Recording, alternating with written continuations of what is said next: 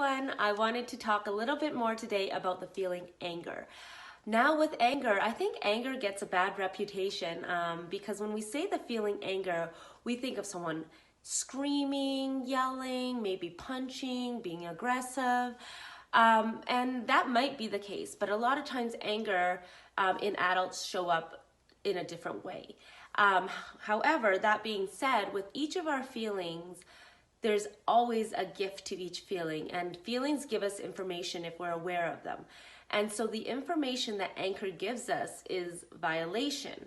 The gift of anger is motivation and boundaries. Okay, so when we think about the gift and the information that anger gives us, all of us either over access anger, which means we feel too much anger inside when we're stressed, or we under access anger, which means that we don't feel it enough. Yes, and that is a thing where you under access anger and you don't feel it enough. And then there's others who are at an ideal amount of anger, and this is based on studies of the brain where you have an ideal amount of anger, you have a healthy amount where you know what is right, what is wrong, you know if someone's violated you or overstepped their boundaries, and you're able to stop that from happening. For those who under access anger, they lack boundaries, which means that they could get taken advantage of. This could show up in different ways, whether they get in unhealthy relationships and stay in unhealthy relationships because they don't have the boundaries to protect themselves.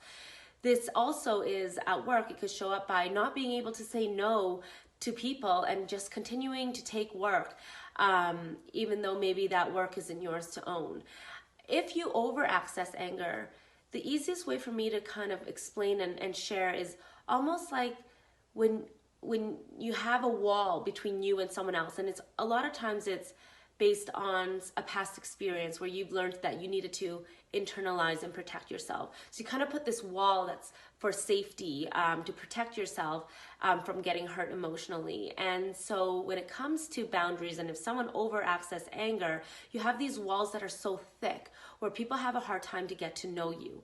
So when it comes to anger, just be really aware. What do you think that you are? Are you someone that under access anger and lacks the boundaries and healthy boundaries, or are you someone that over accesses anger where you don't allow people to get close to you? So just a thought of the day for you guys in terms of anger.